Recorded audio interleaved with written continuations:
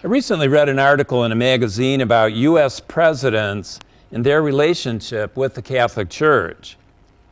As most of you know, John Kennedy, our president from 1961 to 1963, was the only president to be baptized Catholic, and he always identified himself as a Roman Catholic.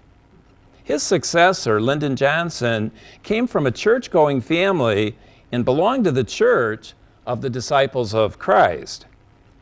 When LBJ was president, he made friends with a Catholic priest at St. Dominic Church in downtown Washington, D.C. The White House would often call the church and inform the priest that the president would be coming to the church to pray.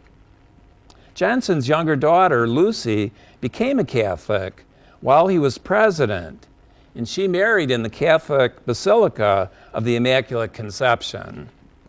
When Johnson left office in 1969 and returned to Texas, he became friends with the Catholic priest in his hometown.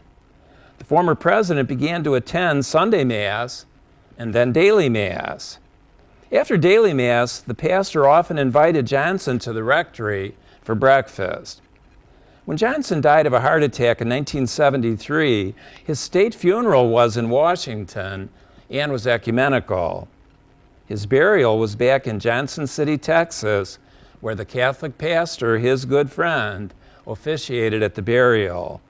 The Catholic ritual was celebrated for him as his final farewell.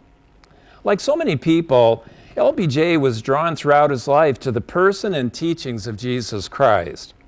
Perhaps when he needed divine assistance as president, he found a special comfort going to a Catholic church to pray. In that sacred space, he found a place to communicate with his Lord. During his retirement years in Texas, he was drawn to the Catholic Mass, first on Sundays and then on weekdays. I can only guess that he began to appreciate more and more the special presence of the Lord in both the liturgy of the Word and the liturgy of the Eucharist. In our first reading today from the book of Kings, we hear that the prophet Elijah became despondent. King Ahab and his wife Jezebel were out to destroy him. As he collapses with exhaustion and falls asleep under the broom tree, an angel comes to him 2 times and tells him to eat and to drink so that he can persevere. God provides the comfort of food and drink to him in that sacred space, and Elijah continues on his journey to Sinai. In our gospel, Jesus calls himself the bread of life, and he tells us that if we feed on his teaching and eat his body and drink his blood, we will have life eternal. Jesus promises to bring comfort to his people when they are nourished with his word and with his body. The Mass is our chance to spend time with the Lord, whether we sit in the church or are in our own home watching the Mass on TV. Like LBJ, like Elijah, and like the disciples, we are nourished, we're comforted, and given the graces we need to pursue whatever journey we are called to take. We are blessed with a good and gracious God.